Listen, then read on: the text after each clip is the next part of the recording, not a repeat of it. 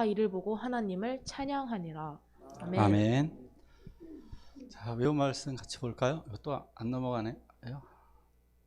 예. 네. 같이 외우겠습니다. 시작. 이 백성은 나를 위하여 지었나니 나의 찬송하게 하려 함이라. 나를 찬송하게 하려 함이라. 되게 쉬워요. 이거는. 이 백성은 나를 위해 지었나니 나를 찬송하게 하려 함이라. 다시 한번 시작. 이 백성은 나를 위해 나를 찬송하게 하려 함이라. 아멘. 이사야 4321. 이사야 43장 21절 이렇게 외우시면 됩니다. 이 백성은 내가 나를 위하여 지었나니 나를 찬송하게 하려 함이라. 이사야 4321 이런 식으로 외우시면 되겠습니다. 자, 오늘 말씀 제목 볼까요? 구원받은 자의 찬양. 여러분들 요즘 무슨 말이 제일 많이 나오세요? 입에서 나오는 말. 많이 나오는 말이 뭘까요? 불평, 누구 비난, 짜증, 그냥 잡담. 뭐가 제일 많이 나오는지 모르겠습니다. 하나님이 제일 기뻐하시는 말은 뭘까요? 하나님이 제일 기뻐하시는 말은 그래도 말 중에 감사와 찬양이죠. 감사와 찬양 하나님이 제일 좋아하십니다. 특히 감사보다 찬양을 더 좋아하십니다. 왜냐? 감사를 곡을 붙인 거니까. 하나님을 칭찬하는 거를 노래로 하는 거니까. 왜 누군가가 우리들에게 노래를 해주면 그냥 말로 고마워 하는 것보다 고마워요 이러면 더 좋은 것처럼 노래로 해주면 훨씬 더 좋습니다. 노래로 하나님을 기쁘시게 하는 거. 하나님이 사람을 만든 목적 분명하게 나를 찬송하게 하려고 분명한 창조의 목적을 이렇게 말씀하시고 있는 것입니다. 오늘 말씀을 통해 또 자세히 쳐다보도록 하겠습니다. 같이 한번 읽어볼까요? 시작.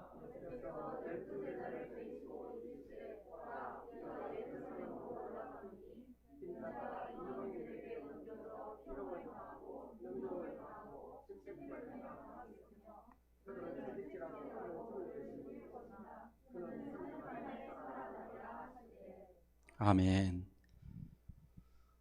예수님은 그 인생 여행의 최종 목적지는 예루살렘이었습니다. 제자들하고 주로 갈릴리에서 사역을 하셨지만 최종 목적지는 예루살렘에 가서 죽임을 당하시는 것이었습니다. 그래서 이제 예수님은 예루살렘 부근 여리고까지 도착을 하셨습니다.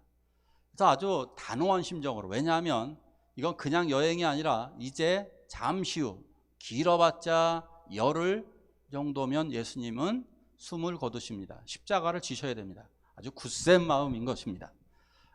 가끔 가다가 우리 상빈이도 좀 그랬는데 군대 갈 때 되니까 아예 얼굴이 상기되어 있어요. 죽으러 가는 느낌인 거죠. 이거 어떡하지 뭐 이럽니다. 군대 가면 다. 한섭 선생님 3주 훈련 받으러 갈 때도 얼굴이 굳어 있었어요. 그게 왜 그러느냐면 긴장이 돼요. 그런데 훈련 받으러 간 게 아닙니다. 예수님은 십자가를 지시러 가셔야 됐기 때문에 그것은 아주 비장한 결단이 되어야 됩니다. 그래서 이렇게 얘기하시는 것입니다. 봐라, 우리가 예루살렘을 향하여 올라간다. 거기서 이런 일을 당한다라고 이야기하셨습니다. 실형을 당하고 능욕당하고 침뱉음을 당하고 그리고 내가 넘겨져서 죽게 될 거다. 예루살렘은 다윗을 통해서 하나님이 선택하신 곳입니다. 그리고 예수 그리스도를 통해서 구원이 시작되는 곳입니다. 그리고 마지막 요한계시록을 보면 새 예루살렘 성이 하늘에서 내려오면서 하나님의 구원이 완성되는 곳이 예루살렘입니다. 이렇게 예루살렘은 영적으로 아주 중요한 의도가 있는 것입니다. 사람들은 예루살렘에 올라갈 때 뭐를 가지고 갑니다. 뭐를 가지고 갈까요? 꼭 가지고 가야 되는 게 하나 있습니다. 예루살렘 성전에 올라갈 때 이것을 하나 가지고 가야 됩니다. 뭘까요? 재물입니다. 그래서 귀찮아갖고 예수님 당시에는 그건 돈으로 성전에서 산 겁니다. 원래는 자기가 가지고 가야 됩니다. 가지고 가야 되는 것을 사람들 편의를 위해서 샀던 거죠. 그러다 보니까 믿음이 떨어지는, 예배 준비 안 한 거하고 똑같은 거예요. 이해가시죠? 양을 데려가면서 정도 붓고, 근데 얘를 내가 죽여야 돼요. 내 죄를 위해서. 먹이기도 해야 돼요. 내 죄를 위해서 얘를 잘 돌보고 하나님 앞에 드려야 되는 거예요. 흠없는 양을. 그런데 사람들은 예배 준비를 하지 않았죠. 어떻게? 그냥 성전에 가면 거기서 돈만 주면 그냥 눈먼 양 하나, 좀 싸구려로 좀 주세요. 협상을 좀 합니다. 그러면 요거 다리 하나 저는데 요거 아주 싸게 드릴게. 그러면 얼씨구나 해갖고 다리 저는 양을 바치는. 그래서 예수님이 비난하시는 거예요. 많은 선지자들이 이런 거 비난하는 거죠. 예배를 이런 식으로 드렸습니다. 그런데 결국 제물이 필요했는데 예수 자신은 흠없는 어린 양 되셔서 속죄양 되시기 위해서 자기 스스로를 그 제물이 되기 위해 예루살렘 성전으로 올라가셨던 것입니다. 올라가셔서 예수님은 넘겨지게 됩니다. 이방인들에게 넘겨집니다. 로마인들에게 그분은 넘겨줍니다. 마치 형제 요셉을 팔듯이 이스라엘 백성을 구원하러 오신 구세주 예수 그리스도를 이방인에게 팔아버린 것입니다. 팔아버린 다음에 그에게 군인들은 희롱과 능욕을 합니다. 희롱하고 모멸감을 줍니다. 그리고 그에게 침뱉음을 줍니다. 생명수인데 생명수를 전하러 오신 분에게 가장 더러운 침을, 상대방에게 모욕적으로 침을 뱉어버립니다. 그리고 그 예수님에게 채찍질을 합니다. 마지막에 예수님을 죽입니다. 그가 찔림은 우리의 허물을 인하며 그가 상함은 우리의 죄악을 인함이라. 그가 징계를 받음으로 우리가 평화를 누리고 그가 채찍에 맞음으로 우리가 나음을 얻었도다. 그의 이 모든 것이 우리를 위한 행동이셨습니다. 근데 마지막 3일 만에 죽음에서 살아나실 것을 말씀하셨습니다. 이것이 바로 복음의 핵심입니다. 그러니까 핵심적인 내용을 이미 예수님은 다 말씀하신 거예요. 이 복음의 내용을, 내가 너희들을 위한, 온 세상을 위한 속죄 제물이 될 것이고 나는 부활할 것이다. 가장 복음이 뭐냐? 복음의 핵심, 예수님의 십자가의 속죄의 죽으심과 생명의 부활. 이것이 복음의 가장 핵심적인 내용인데 이것을 말씀하셨습니다. 네, 문제는 이것이었습니다. 문제는 제자들입니다. 이소영 선생님 읽어보실까요? 제자들이 이것을 하나도 깨닫지 못하였으니 그 말씀이 감추었으므로 그들이 그 이르신 바를 알지 못하였더라. 아멘. 제자들은 어땠습니까? 하나도 깨닫지 못하고 하나도 몰랐습니다. 뭔 소리 하시는 건지. 이게 첫 번째가 아니라 누가복음에만 3번째입니다. 3번째 말씀하셨습니다. 어쩌면 다른 복음서 통해서 한 번 더 말씀하셨는지도 몰라요. 그런데 어쨌든 3번째 들었습니다. 3번째.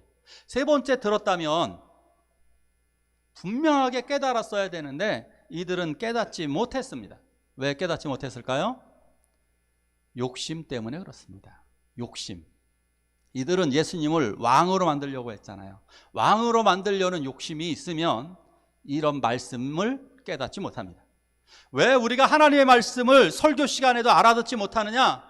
머릿속에서 세상을 향한 욕심, 세상에 대한 생각이 있기 때문입니다.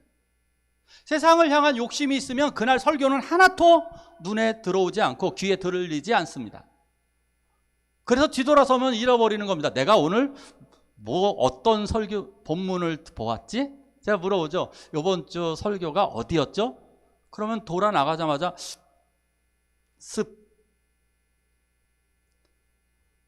이상하게 내가 어디 가서 맛있는 거 먹어야 된다라고 하는 건 잘 안 잊어버리는데 설교 제목은 왜 이렇게 그 다음날 아니면 예배 끝나자마자 설교 제목도 잃어버리는지, 그날 들은 설교 내용이 하나도 기억이 안 나는 백지가 되는 놀라운 경험을, 그러면 저는 그 다음 주에 똑같은 설교를 해도 된다는 얘기네요.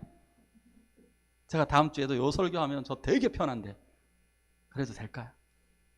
자, 첫 번째가 욕심 때문이에요. 두 번째 듣지 못하는 이유는 여기 이렇게 되어 있죠. 그 말씀이 감추었으므로. 감추었으므로. 하나님의 말씀은 감추어져 있습니다. 어리석은 자들에겐 감추어져 있습니다. 그런데 성령님께서 조명하여 주시고 성령님이 계시하여 주시고 성령님이 열어주시면 들리게 될 줄로 믿습니다. 깨닫게 될 줄로 믿습니다. 말씀이 들어오시는 분들의 특징, 성령이 임한 겁니다. 놀랍게도 말씀이 들리잖아요. 그분은 성령이 역사하시는 분이에요. 말씀이 들리지 않을 때 그래서 대부분의 신실한 성도들은 울어요. 회개하는 거예요. 여러분들 중에 지금 말씀이 들린다? 예, 성령이 임하셨어요. 그런데 말씀이 들리지 않는다? 우셔야 돼요. 가슴을 치며. 자, 다음 말씀 보겠습니다. 같이 읽습니다. 시작.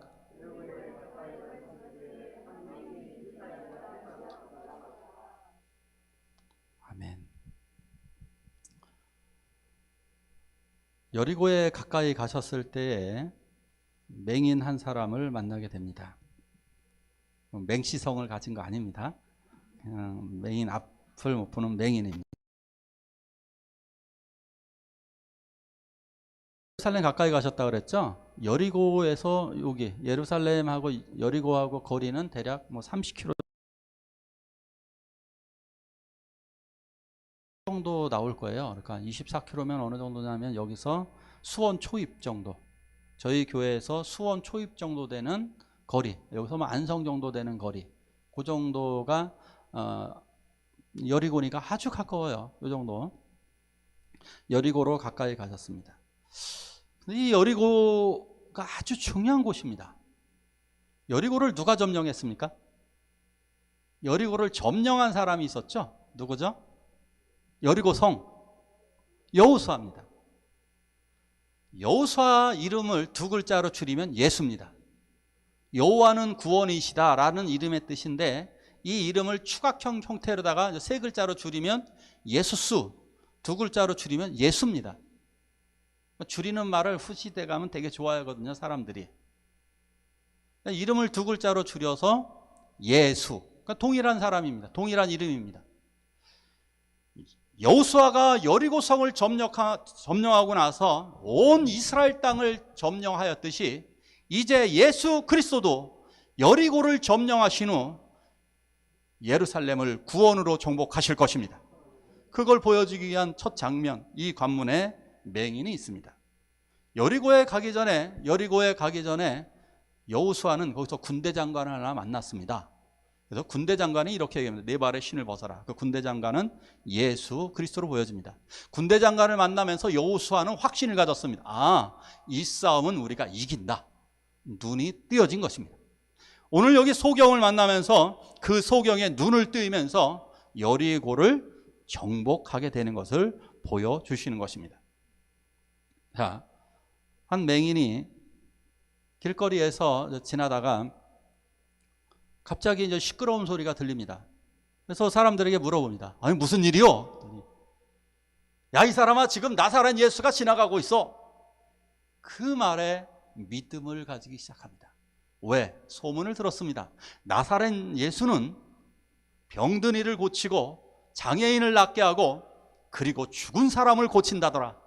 그렇다면 그 예수를 만나면 나의 눈도 뜰 수 있을 것이다. 그래서 그는 소리를 지르기 시작합니다. 다윗의 자손이여 예수여, 다윗의 자손 예수여 하고 소리를 크게 지릅니다. 아주 창피하지도 않은가 봐요. 큰 소리를 지르면 사람들이 자꾸 만류합니다. 시끄러워 이 사람아. 그래도 더 크게 소리 지릅니다. 다윗의 자손 예수여, 나를 불쌍히 여기소서. 할렐루야. 이거 할렐루야입니다. 엄살 피우는 사람이 일찍 죽을까요? 잘 참는 사람이 일찍 죽을까요? 엄살 피우는 사람이 잘 안 죽습니다. 조금만 아프면 아이고 그러면서 병원을 가니까 자꾸 사람들이 물어보죠. 어디가 그렇게 아프냐고. 병원 가자고. 근데 잘 참는 분들은 괜찮요. 죽는 거예요. 외쳐야 됩니다. 외쳐야 돼요. 외쳐야 살아나는 거예요. 옛말에도 있잖아요. 어떻게? 병은 알려야 한다. 병은 알리라는 거잖아요. 큰 소리로 외쳐야 살아남는 거예요. 어리석은 사람들이 뭐냐면 이렇게 얘기하는 거예요. 야, 뭐 통성기도 그렇게 크게 해. 기도할 때 뭐 큰 소리로 해. 하나님 다 들으셔. 이거 구원받지 못한 사람이거나 아니면 하나님의 은혜 체험하지 못한 분들이 꼭 이렇게 얘기해요. 병 들어보신 분들, 진짜 아파보신 분들, 집안에 커다란 문제가 있으셨던 분들 이렇게 기도 절대 안 합니다. 어떻게 해요? 주여 주여 기도합니다. 아주 간절히 기도합니다. 기도원 같은 데 가서요, 인생의 모든 거 다 절망 가운데서 기도원에서 마지막 예배 참여하신 분들 그냥 목숨 내걸고 기도합니다. 하나님밖에 없으니까.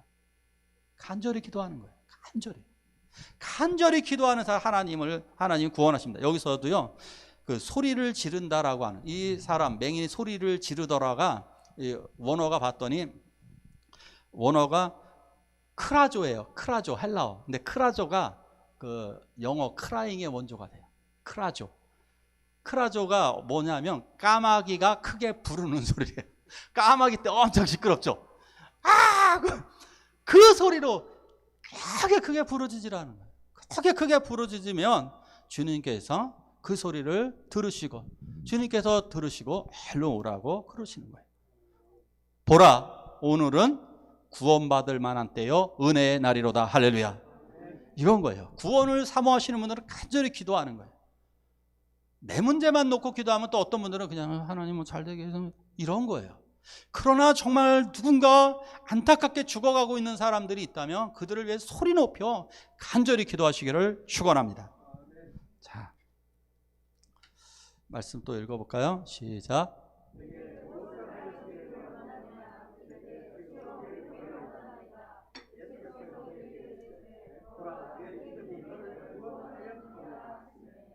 아멘.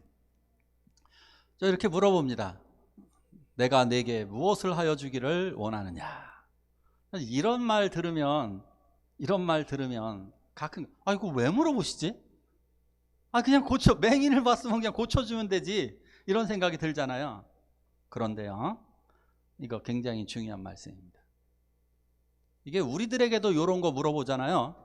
그러면 헛소리 하시는 분들 진짜 많습니다. 만약에 예수님이 지금 나타나셔서 무엇을 원하느냐, 그러면 여러분들 이렇게 대답하실 수 있을 거예요. 무엇을 원하느냐 그러면 딱 여러분들은 인간적인 수준에서 대답하실 분들 의외로 많습니다.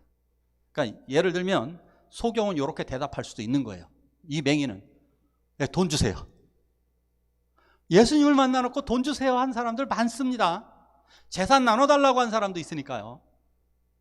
도와달라고 하는 사람 많아요. 교회 와서도 돈 달라는 사람 많아요.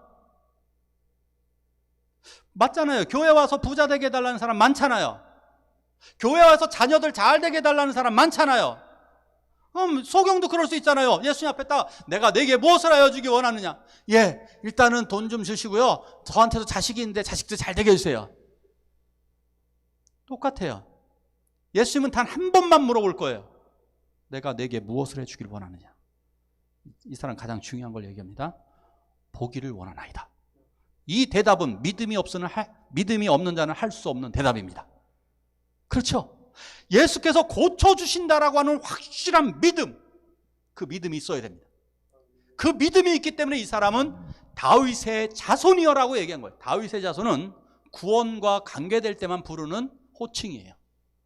호산나 다윗의 아들께. 다윗의 자손 이꼬로 메시아입니다. 메시아만이 나의 질병을 고쳐주고 나의 이 눈을 뜨게 하실 수 있다라고 하는 믿음의 확신이 있었던 거예요. 그런데 성경을 읽어가시다 보면 상당수 바리새인들은 왜 병 고쳤다는 얘기가 없죠? 서기관들은 왜 자기들 자식이 없었나요? 아픈 사람이? 걔네들 자식은 안 아파요? 지금 대기업 자식들은 멀쩡하고 대기업 다니는 사람들은 건강합니까? 이재현 회장은 휠체어 타고 다니시잖아요. 그쪽 가정은 다 아프시잖아요. 아무리 부자여도. 안 아프신 분 없잖아요. 그런데 그들은 다 어디 갔나요? 믿음이 있는 사람이 이렇게 대답하는 거예요. 예수님이 진정한 믿음을 우리들에게 요구하시는 거예요. 네가 진짜 원하는 거 내가 그거 하나 줄게. 예수님 그거 주시려 오셨습니다. 할렐루야. 우리의 눈을 띄워주는 정도에서 그치는 것이 아니라 우리의 눈을 통해서 우리를 구원해 주길 원하는 그 믿음. 예수님께로 가면 그 예수님이 해결해 주실 것이라고 하는 절대적인 믿음. 그래서 그는 눈이 뜨이고 모든 죄에서 해방되었습니다. 자, 마지막 말씀입니다. 자, 이걸 보니 곧배어 하나님께 영광을 돌리고 예수를 따르니 백성이 다 이를 보고 하나님을 찬양하니라. 고침을 받은 맹인은 이제 그리스도의 제자가 되어 따라가기 시작합니다. 마가복음에 의하면 이 사람이 바디메오로 보여집니다. 이 사람이 고침을 받아서 하나님께 영광을 돌렸다. 하나님께 영광을 돌리는 것은 감사와 찬양입니다. 감사와 찬양. 항상 영광 돌리고, 문둥병 환자도 그랬죠. 감사와 찬양으로 하나님께 영광을 돌리는 거예요. 하나님이 구원하셨음을. 그러기에 치유받은 자는 찬양과 영광을 올립니다. 찬양과 영광을 올린 자의 특징이 뭐냐? 구원받은 자들입니다. 누가 하나님을 찬양할 수 있는가? 그는 그리스도의 구원을 체험한 자가 삶 속에서 찬양할 수 있는 것입니다. 왜 우리가 삶 속에서 찬양을 하지 못하는가? 하나님의 구원이 떠오르는 게 아니라 근심 걱정이 우리에게 많이 있기 때문에, 근심 걱정이 나를 누르기 때문에 삶 속에서 찬양이 되지 않는 거예요. 근심 걱정 많은 자는 찬양할 수도 없어. 그죠? 근데 하나님께 받은 은혜가 크고 하나님의 구원, 하늘나라가 소망되시는 분은 찬양하는 거예요. 제가 제일 좋아하는 장면 중에 하나가 이거예요. 집사님들이나 성도님들 중에, 우리 청년들 중에 가끔 이렇게 흥얼흥얼하면서 찬양하는 사람들이 있어요. 근데 그걸 지켜만 보기에도 흐뭇해요. 너무너무 좋더라고요, 그 소리가. 근데 가끔 이런 착각을 하는 분도 있어요. 나는 찬양을 잘 못해. 난 노래를 잘 못해서 찬양 안 해. 사람들이라고 하는 거예요? 연예인이에요? 하등에 상관없잖아요. 하등에 상관없어요. 하나님이 기뻐하시면 되는 거예요. 내가 못해든 뭘. 저는 학교를 12년 동안 걸어 다녔습니다. 12년 동안. 먼 거리였습니다. 여기 송정까지 걸어 다녔으니까. 그 거리가 대략 늦게 걸으면 1시간, 빨리 걸으면 50분, 40분 정도 걸립니다. 제가 그걸 걸었던 이유가 여러 가지 이유가 있는데 걸으면서 뭘 많이 하는지 아세요? 응변 연습했습니다. 혼자 막 터들면서 방공 응변 대회 나가려고. 이 연사 뭐 이러면 사람이 아무도 없어요. 차도 없고. 혼자 그냥 지나가면서 신사숙녀 여러분 우리는 김일성을 다도해야 합니다 뭐 이러면서 했어요. 그리고 또 뭘 하는지 아세요? 또 제가 회장 출마 같은 거 많이 했거든요. 학생 여러분, 저에게는 꿈이 있습니다. 저는 우리 학교를 발전시키고 싶습니다. 그래서 혼자 막 연설하고 하는 거예요. 요거 한 열흘만 하면 회장 거기서 그 후보자 연설 제가 제일 잘하더라고요. 다른 애들은 나와가지고 제가 회장이 되면 잘하겠습니다 이래요. 근데 저는 연습한 게 있잖아요. 그러니까 딱 나오면 일부러 청중들을 딱 이렇게 쏘아봐요. 딱 웃으면서 나는 행복한 꿈을 가지고 있습니다. 뭐 이렇게 시작을 하는 거예요. 그러면 애들이 쏙쏙 듣잖아요. 자, 근데 이러한 거 연극 연습도 했어요. 혼자 가면서 막 교회에서 문화개방 할 거 다 머릿속에 다 구상하는 거. 면서 오면 머릿속에서 그냥 다 돌아다니는 거예요. 막 이런 문학의 밤이 막 떠돌아다니는 거예요. 그런데 정말 많이 했던 건 뭐냐? 찬양이었습니다. 찬양이 너무너무 좋아가지고 노트에다가 찬양 순서까지 먹였어요. 내가 좋아하는 베스트 찬양 100곡. 그래갖고 100위부터 부르면서 가는 거예요. 100위부터. 그리고 한 달 뒤에 또 조사를 해요. 신곡이 또 나오니까. 그러면 그거 가지고 그럼 어두운 밤에 가만 생각해 보니까 그때가 은혜가 제일 충만한 때였습니다. 은혜가 충만한 사람은 찬양할 수밖에 없습니다. 음악을 지배하는 민족이 세계를 지배했습니다. 모차르트, 베토벤이 있던 시대는 그 시절에 그 나라들이 강력했습니다. 그 당시에 비틀즈가 강력했을 때 영국이 강했습니다. 마이클 잭슨이 강했을 때는 미국이 강했습니다. 지금은 어느 나라 강합니까? 코리아라 그러시려고 그랬죠. 어디가 강해요? BTS 강하잖아요. 한국이 강하잖아요. 노래하는 나라가 굉장히 강한 나라가 돼요. 하물며 성경에서는 찬양하는 사람이 가장 강한 사람인 거예요. 찬양하는 사람이 위대한 사람인 거예요. 하나님이 왜냐? 찬양하기에 만들어 놓으셨기 때문에 찬양할 때 너무너무 기뻐하시고 찬양하기를 원하고 계세요. 찬양하기를. 이 그림 보십시오. 어떤 그림인지 아세요? 재림한 14만 4천 하늘의 허다한 무리가 예수님의 재림을 만나서 이렇게 찬양하는 장면으로 보여져요. 요한계시록에서 구원받은 자들이 하는 제일 먼저 하는 일이 뭔지 압니까? 찬양하는 거예요. 하나님 전에서 뭐 하고 요한계시록 4장 5장에서 성도들이 뭐 하고 있습니까? 먼저 구원받은 성도들로 대표되는 24장로와 다른 생물들이 뭐 하고 있나요? 찬양하고 있습니다. 7장에서 뭐 하고 있나요? 환란이 일어나기 전에 뭐 하고 있나요? 14만 4천이 찬양하고 있어요. 14장에서 이제 마지막 7대접의 최후 심판이 다가오기 전에 무엇을 하고 있는가? 찬양하고 있어요. 승리의 찬가를 부르고 있어요. 찬양하는 사람은 인생을 승리로 이끌게 될 것입니다. 찬양하는 사람들 결국 하나님의 나라로 들어가게 될 것입니다. 우리 함께 기도하시길 원합니다. 구원하심이 보좌에 앉으신 우리 하나님과 어린 양에게 있습니다. 예수님은 십자가를 지시기 전에도 찬미하고 겟세마네 동산으로 나아가셨습니다. 예수님이 태어나시던 날도 이 세상의 구원을 위해 오실 때에도 허다한 천군 천사가 찬양을 하였습니다. 우리 이 시간에 함께 기도할 때 주여 나를 구원하소서, 주여 찬양이 넘치는 생활이 되게 하소서, 우리의 한 목소리로 기도하시겠습니다.